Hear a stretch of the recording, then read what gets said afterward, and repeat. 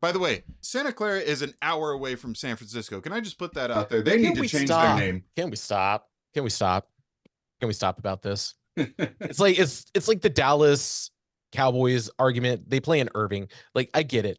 It's not an hour away from Dallas, though. I don't know. I don't go up north. I don't go to southern Oklahoma. Sorry, Jesse. Oh yeah. We can talk about we can talk about SoFi too. Like, it's nowhere near downtown LA. LA is just a gigantic, there's regions around LA everywhere. Like, SoFi is nowhere near downtown LA. Right. But Inglewood is considered LA. All of these. Are we really having a geometry discussion right now? Are we really having a geography? Geography. We're having a geometry. Hey, look, guys. The Giants and Jets do not play in New York. They're the New Jersey Giants and Jets. East Rutherford, New Jersey. Tommy Cutlets. Forget about it. Welcome to the Circus Catch. I'm always up for the challenge. Are you kidding me? Guess who called that one? I am dubbed the Houston player hater. I don't have time to believe. You got butthurt. What is he thinking? Is he the greatest of all time? It is like magic.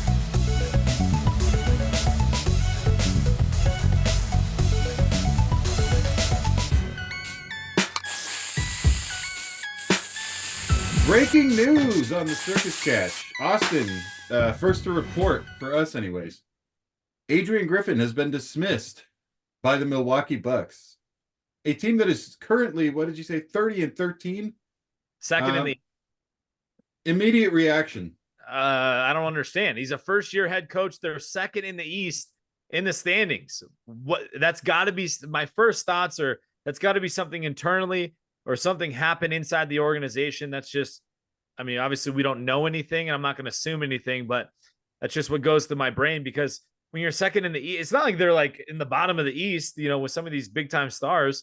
They're not necessarily underperforming at 30-13. So a little puzzled. And I think most of us figured that Boston and Milwaukee would be the Eastern Conference Championship. I'm not so sure now. That definitely points to something happening in that locker room. Who knows what's going on? We'll probably find out more a little bit later. We'll probably have more details as the week goes on, but immediate reaction, holy cow. Guys, when have you ever seen this happen, like with a team having this kind of success? I'm trying to think off the top of my head of a team leading or in the top two in their conference, and they fire their head coach. You guys are right. This has to be something that happened. Either he did something off the court or, in the locker room, whatever.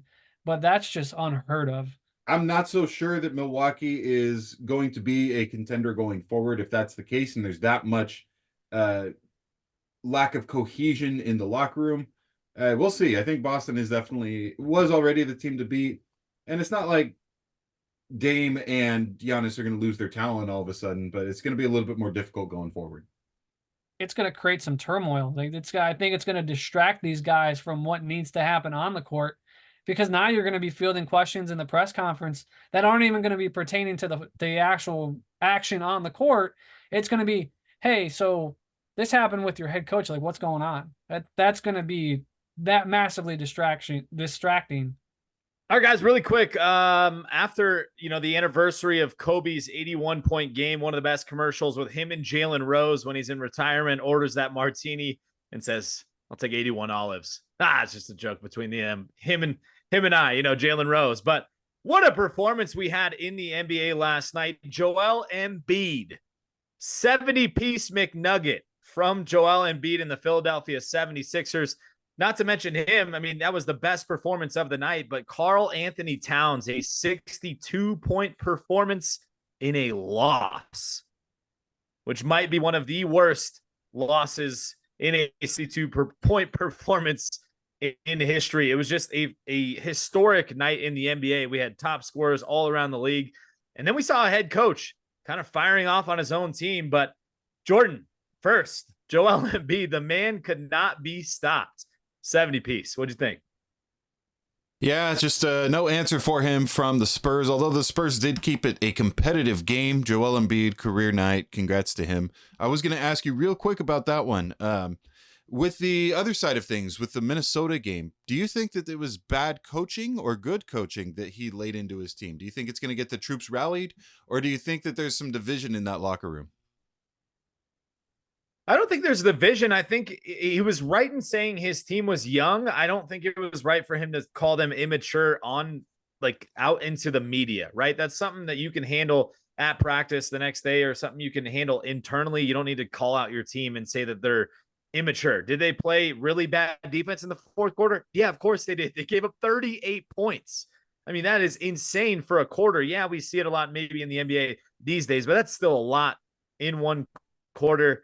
I think you'll see some rallying behind their head coach, and I think the Timberwolves will be pretty solid going forward. I got a little piece of the NBA that I want to share with you, but it's more all-encompassing of the entire state of Michigan. What is happening in basketball in this state, more specifically in Detroit? Okay, man, y'all had the number 1 overall pick out of Oklahoma State, and you haven't really done with wasting Cade Cunningham's talent, first of all. Secondly, Detroit Mercy is the one of 2 winless teams left in college basketball, in men's basketball. They're 0-20. The Pistons are what, 4-39? Correct me if I'm wrong, guys. It's rough. I mean, we're celebrating the Lions' success, and it's coming at a cost for the rest of the city because they don't care about basketball right now, and it's pretty obvious. Man, just I don't even know a word to put it. It's just kind of shameful almost that this is happening because you look at the rest of the state too. Michigan State has made the NCAA tournament in every single year. Tom Izzo has been a coach there, and they're not projected to make it this year. And neither is Michigan. And this is dangerous territory for this entire state when it comes to basketball, because I don't know about you guys, but I don't see the Pistons magically improving over the next couple months for sure. Gentlemen, last weekend in beautiful La Quinta, California, PGA Tour West, the American Express tournament happened, and it was electric. It provided high drama, high intensity. Justin Thomas was in the final pairing on Sunday with an amateur. First time since 1991. Phil Mickelson was the last time an amateur won a tournament on the PGA Tour. Of course, they don't get any of that prize money, but they can now turn pro. Nicholas Dunlap, fellas, that's a good golf name. Yeah, right? Yeah, wins the American Express in La Quinta, California. One of the coolest parts that I want to tell you about is his conversation with Justin Thomas going down 18 is awesome. I mean, he hits his ball way off the fairway, definitely hit somebody in the crowd, and Justin Thomas, he walks up to him and he's like, you ever hit somebody before? And he's like, oh, wow. Did that go into the crowd? Like, did I hit somebody? He's like, Justin Thomas goes, well, the percentages say that probably hit somebody in the crowd. He goes, hey, man, when I play at the U.S. Open, I think I hit every single person attending the U.S. Open, which was just so great. Coming down the fairway in 18, makes a birdie putt, gets it done. Like I said, first one since Phil Mickelson back in 1991. And this speaks to the youth movement coming in golf. In the PGA, the game is so different now. The technology is so crazy. People are becoming better at such a young age because of where we are at with the technology and the clubs and the balls and the trainers and the physicality and what Bryson DeChambeau did with fitness. Fitness is such a big thing inside of the game of golf because everybody's just trying to get club head speed and ball speed. And I think it just speaks to the youth movement. I mean, we're going to see, obviously, Nicholas Dunlap, he's probably going to turn pro. He's still in college, but he is exempt until 2026 on the PGA Tour. He's already qualified for the Masters. I mean, it is unreal. I mean, he's an amateur. Guys, you know how much I love the NHL. I'm even sporting the Sabres right now, even though they're one of the worst teams in the league. But nonetheless, this is not about the Sabres. It's about the Edmonton Oilers, man. 13 straight wins, not overtime. We're not talking about overtime losses included, ties included, shootouts. They have won 13 straight outright games and in a row, a Canadian franchise record. And now they're 4 games away from tying the Penguins of 1993 for the all-time record. They play their next 2 games against 2 teams that are worse than the Sabres, and then they play a playoff team in Nashville. Let me put it into perspective for you guys. Before Chris Knobloch got hired by Edmonton and Jay Woodcroft was fired after a 3-9-1 start, this team is 23-6 since, and including that 13-game win streak. It is insane what a coaching change can do. I don't know about you guys, but this is insane. This is unheard of. A coaching change making this much of an impact. And it very rarely works like that, right? Across any sport, you hope to get a guy like even in the NFL, you look at a guy like Antonio Pierce, changed the culture of the locker room. Well, the Raiders played about 500 after they got him, right? So to see this kind of turnaround, it's completely unprecedented. Never seen anything like this before. And that game against the Preds, it's not like it's unwinnable. It is going to be in Edmonton as well, so they could keep the streak going for a while. I'm hopeful. I'm very excited too, because they're going to go into Nashville. Hopefully they win. They'll set it at 16, and then they're going to go into the All-Star break.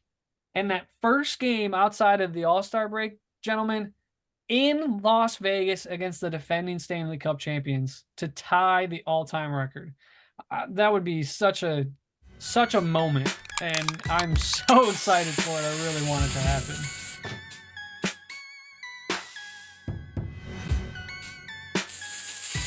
All right, Jackson, thank you so much for joining us for this second part of the Circus Cat. Welcome to the show. I'm happy to be here. Happy to join. Got to see everybody back in the mix. Jesse, we missed you the last couple weeks. It's good to have you back on. Yeah, guys. I appreciate you controlling the show for me while I was gone. No shame on that. But doing better, Jordan. Glad to be back and ready to roll. Don't you ever leave me with these two again. Trust me. Wish I didn't have to. It was that bad. You're good. We're glad you're here. Gentlemen, let's go over real quick some of these divisional games that happened last weekend. We'll start with Houston and Baltimore. I'll go ahead and I'll start with Jackson on this one. What did you think about this game? Ravens were obviously the better team. I know that I was the minority picking the Texans to win because I wanted to continue that Cinderella story to exist. But Ravens are the more well-balanced team, offensively, defensively, and even on special teams. And while it was an even game early into the half, Ravens came out, steamrolled them. But it's still good for the Texans. It's a nice story how their season concluded, and I'm excited to what is going to happen for them in the upcoming future. But the Ravens clearly are the more superior team this season. Oh man, this was kind of not expected in the way that the score played out, but we definitely expected the Ravens to win. At least I did. How about Lamar Jackson coming out a couple days later and saying he was the one giving that halftime speech, basically saying, "Guys, what are we doing? Like we don't belong just hanging with this team. We should go out and beat them." And then the second half, they absolutely dominate. Their defense is for real. They have guys flying all over the place. Offense, obviously, they might have Mark Andrews coming back, Isaiah Likely, obviously on the receiver end, and Flowers, he's had an incredible rookie year. And then you got the MVP in Lamar Jackson. So it was a dominant performance for the Ravens. Expected them to get it done at home. Yeah, and that's my phrase for this one is MVP. He played like an MVP. He led like an MVP. He was pissed off at halftime. You could see that. He came out and just dominated the Texans. The Texans, I should say. Houston's run was great, and I do not want to discount what they did because nobody should discount what they did, right? CJ Stroud led a very young team with a very young head coach to a playoff berth and a playoff victory. So not to discount what they've done, but Lamar is just on a different level right now, right? Nobody wanted him in the draft. Nobody wanted to give him the money he deserved. He got all that, and he's showing that his reputation as a non-playoff QB is shrinking. Yeah, it's kind of just echoing what you guys said. Really expected the Ravens to come out and dominate the game, but kudos to Houston for hanging around for 30 minutes and giving them all they can handle. And like Austin said, Lamar get in that locker room and he fired those guys up. And you saw the result coming out of the second half, and they took control of the game, steamrolled them, and looking ahead, not to look ahead too much to next week, but man, KC's in for it if Baltimore plays like they did in the second half. All right, let's go ahead and go to the next game that happened on Saturday. Green Bay and San Francisco. Austin, what'd you think about this one? I'd say disappointment for Packers fans. They had every single opportunity to pull off the upset, which didn't look like an upset during that game. I mean, they looked like they belonged with the San Francisco 49ers. Obviously, the weather played a little bit of a factor. But when things mattered most, Brock Purdy got the job done. A lot of people want to talk about how he's, just the game manager and he works in such a great system with Kyle Shanahan. But late in the fourth quarter, he put together a phenomenal drive for the 49ers. They get it done. That offense clearly runs through Christian McCaffrey. It's going to be interesting coming up this next week. Debo obviously hurt his shoulder, but it's good for Packer fans. I mean, Jordan Love looks like he has arrived, and he's going to be a big-time quarterback in the NFC for many years to come. And it's like, that old meme, like they can't keep getting away from this, or getting away with this, the Breaking Bad meme. It's like every year the Packers always have some sort of franchise quarterback, and it looks like they got Jordan Love. But 49ers move on. And what can you say? McCaffrey's the man. Yeah, the Packers definitely have found their guy in Jordan Love. My sentence or my word for this one, concerning. I don't want to focus too much on what the Packers have done because the Niners are the one seed, so we need to talk about them. They looked confused out there in the elements. When it was raining, they looked like they couldn't get their offense going. They had a game plan. Obviously, it wasn't working right away. Things got better when it stopped raining. McCaffrey looked like McCaffrey. Brock Purdy was doing well. But like you said, Debo's health, man, that is the big concern for me. The story of this Niners season is going to come down to whether or not he's healthy. And if he's not healthy, I'm not so sure they move on in the next round. I think too, Jordan, it's doubly concerning for me. San Francisco's at home, and the elements, yeah, they played a factor, but it's not like it. Just as well as all of us do. It rains in California. It rains in the Bay Area. This should be something that San Francisco was used to, and they just look like they weren't ready for it. And man, I'm kind of bummed for Green Bay. They are the youngest team in the league, and they came within minutes, you could say seconds, from beating the top seed in the NFC. I mean, you guys are right. Jordan Love is here. He is the future in Green Bay. And man, look out for this team because they're young and they're dangerous come the next couple of years. San Francisco better be playing better than they did this past week against Detroit next week. My word is underprepared, especially when you heard the press conference coming into Kyle Shanahan saying they started prepping for Green Bay after the second quarter versus Dallas. And then the stat of Kyle Shanahan is 0 for 31 when trailing by 5 points in the fourth quarter, that they were able to just finagle their way to a victory. For some coach that has such great mind for coming up with scheming and preparing, they were so underprepared, and Green Bay pretty much was continuing to just go one-on-one with him in the ring and almost had the TKO, man. It's sad for the Packer fan, but the Niners can't do that going into next week with the grit with Detroit, what they have in store for them. Speaking of Detroit, we'll go ahead and we'll move on to the Tampa Bay Detroit game that happened early on Sunday. I'm going to use two words for this one. I'm going to say that this was a trench battle. That's what I think of when I think of this game. Despite CJ Gardner-Johnson calling Baker Mayfield trash, that's not the reason the Lions won this game. Baker did great. Baker was good throughout the game. Jared Goff just a little bit better. And the big reason for that was the trench battle. The Bucs O-line couldn't handle the Lions, but Detroit, their O-line did hold up for Goff enough to get the win anyways. Detroit is the feel-good story, so it was great to see them get this victory. But will it continue into next week? We'll talk about that in just a bit.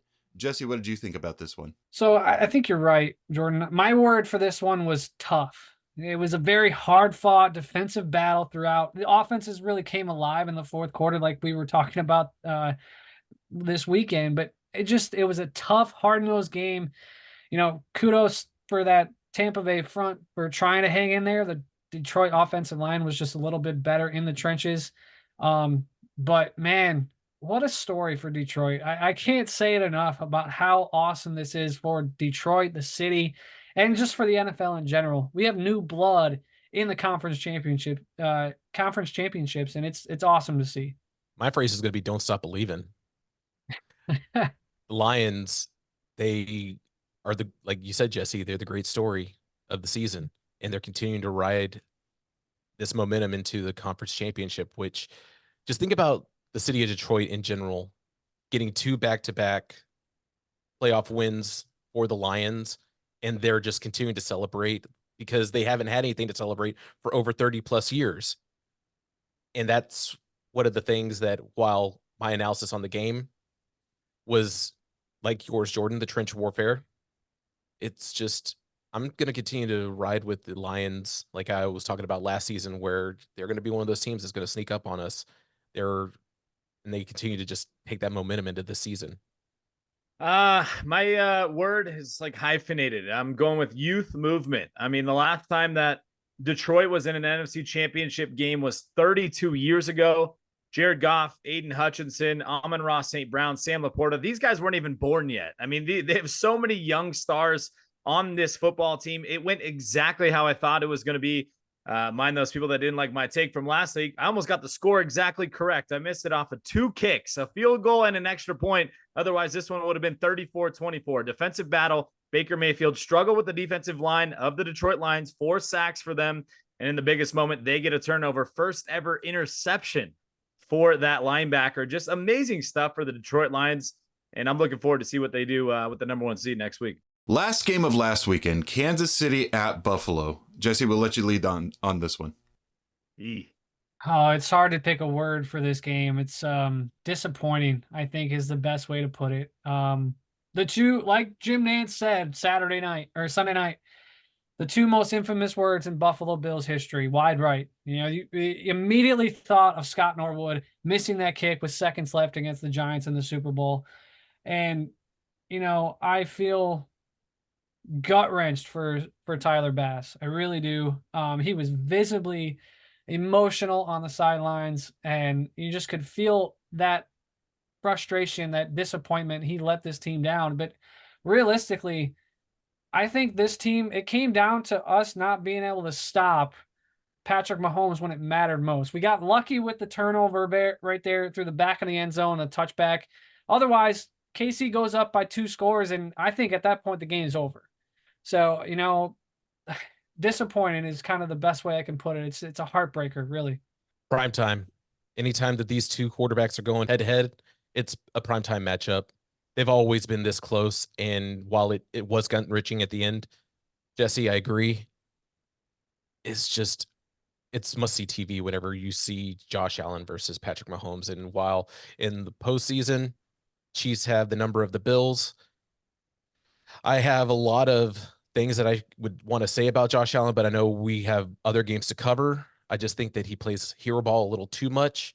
He should have taken a couple safe throws, but obviously that's not Josh Allen's MO. He wants to be Superman out there, and I'll just leave it at that.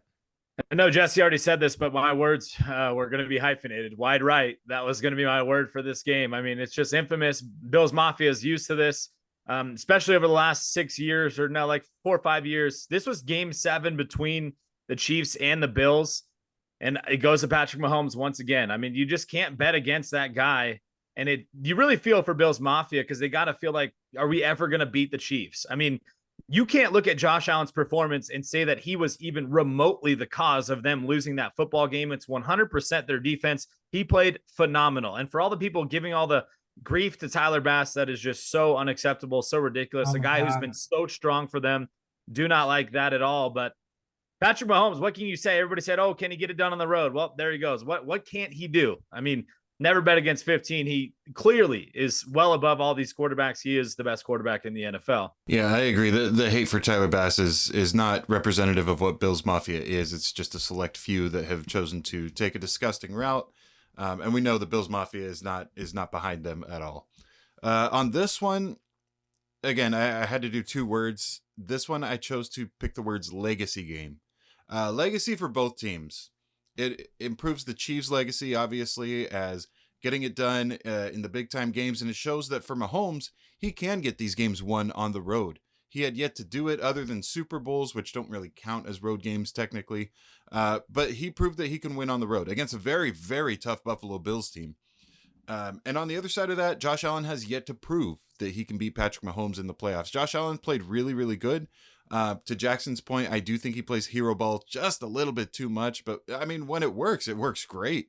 But when it doesn't work, it seems like he catches all the blame for it. Either way, Mahomes is moving on. If I was a Bills fan, I would just say the window isn't closed yet. I wouldn't be too concerned, but let's get it going. Come on. All right, you guys ready for championship weekend? Absolutely. Holla. I'm not quite ready for it yet. Holla, No, holla, I'm holla. just kidding. I've been looking forward to it since the last game on Sunday. Come on. Let's start with the AFC Championship, guys. Kansas City and Baltimore. So Mahomes is going on the road in back-to-back weeks. Like I said, he won his first road playoff game. He's going to have to do it again against the number one team, not just in the AFC, but in the NFL. Mahomes is more than capable of making this happen, but it's not all about Mahomes, right? Because that offense is not really the story of Kansas City this year. The story of Kansas City this year is their defense, right? So how does their defense match up against Lamar Jackson is what I'm looking at. The trick with Lamar is that he gets it done in a multitude of ways. He can take off running on you out of nowhere. He can pass the ball short. He can pass it deep. I am a little concerned because the Chiefs have what you would call a subpar offense in the Andy Reid, Patrick Mahomes era. Every level on both sides of the ball, though, I see Baltimore having a leg up on the Chiefs, even in the secondary where the Chiefs defense is stunning. I think that the Ravens defense is just a little bit better. So for me, I am taking the Ravens in this game to get to the Super Bowl. If they don't have a slip on special teams, which, I mean, I was a little concerned about that last week, then I see them going to the Super Bowl pretty easily. I think that the score of this one probably be in the range of 28-21. If you look at the Ravens defense, especially last week's matchup against the Texans, they were just pretty much rushing for. There were some blitzes from time to time, but the Ravens don't give up a big play. And that's one of the things that Houston was able to get a lot of this season.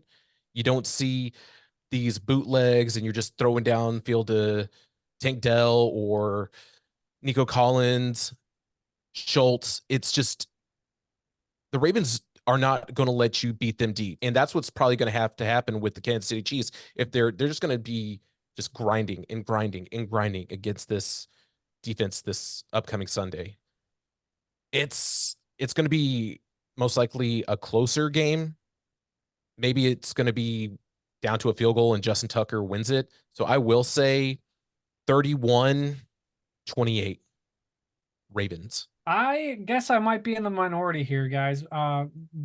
Kansas City, kind of as disappointed as I am from last weekend's result, I think this is just another Patrick Mahomes moment. I think it's going to come down to, can Lamar Jackson continue this amazing run he's had this year? He's probably the surefire MVP, but something about the big playability that Kansas City has that surprised the heck out of Buffalo last weekend is going to surprise Baltimore. And I think, like Jackson was talking about, Baltimore does not give that up, but I think this week they will a couple times and it's going to cost them. I have Kansas City winning this one 23-20. Interesting. This one's hard for me. As much as I want to say you never bet against 15, because just like the Tom Brady days, you never bet against 12 in the postseason. This guy's been to the AFC Championship 6 times in a row. Like, that's unheard of. I mean, this is why you have to enjoy the NFL so much. Like, the Tom Brady's and the Patrick Mahomes, they don't just come around every single day. We have to enjoy this. Patrick Mahomes has got to be up there with Tom Brady as one of the greatest quarterbacks already with his legacy currently.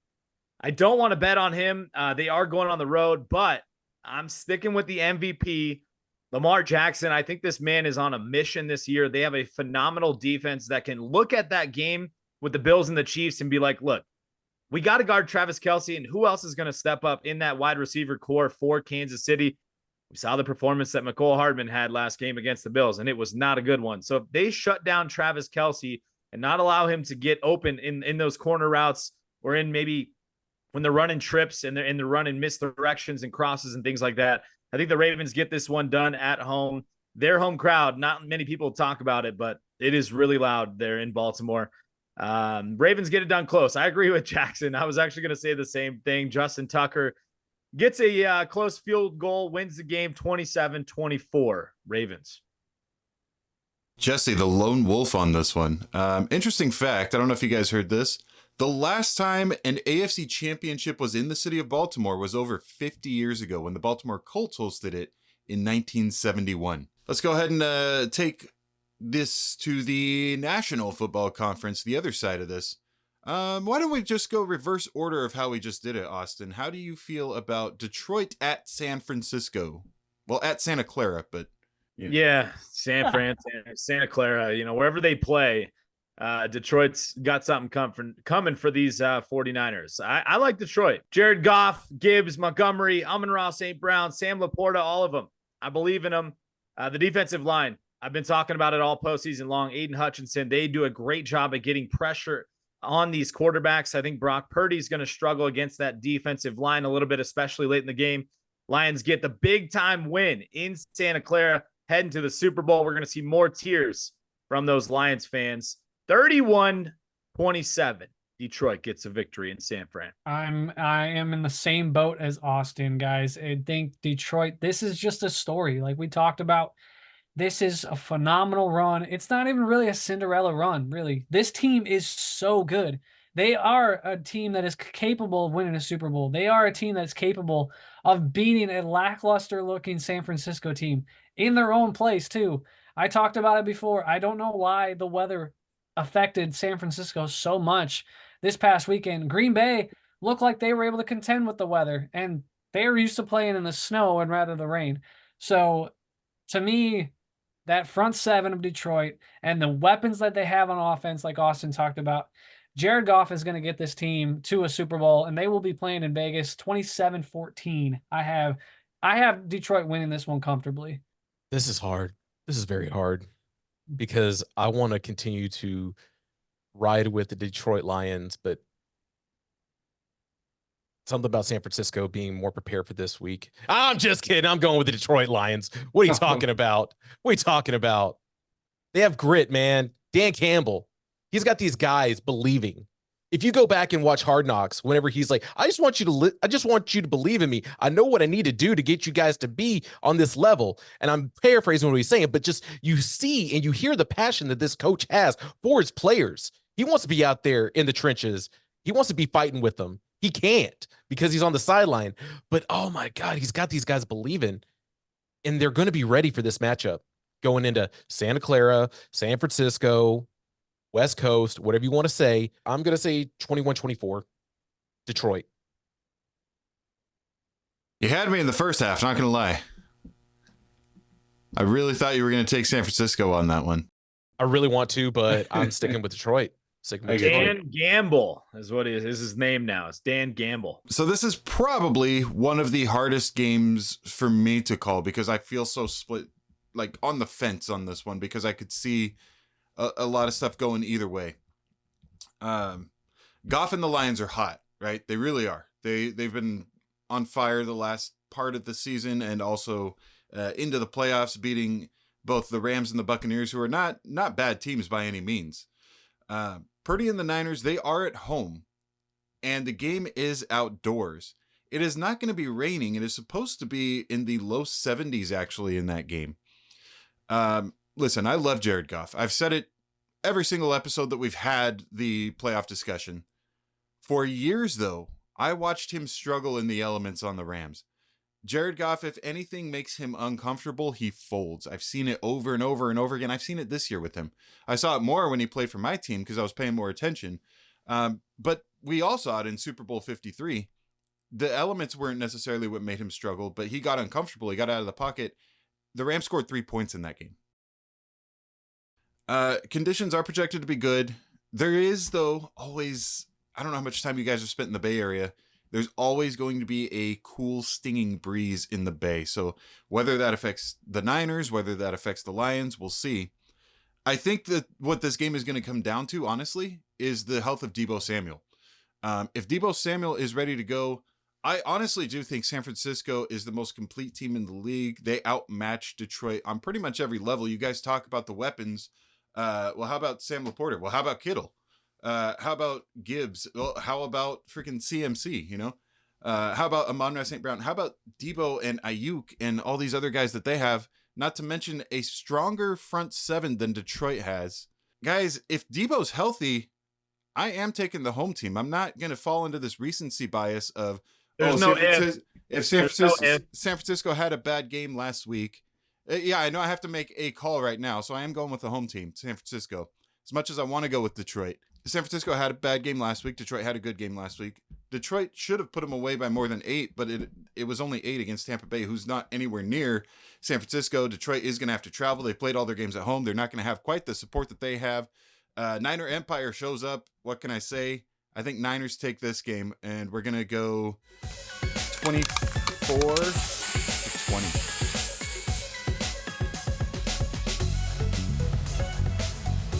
You know what? I will be the coach. I am the coach of the Circus Catch.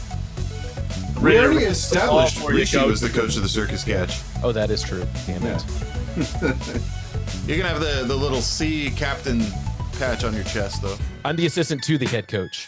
I'm not the assistant coach. I'm Somebody the has- assistant to the head coach. Somebody wants to be a coach too, right here. Yep.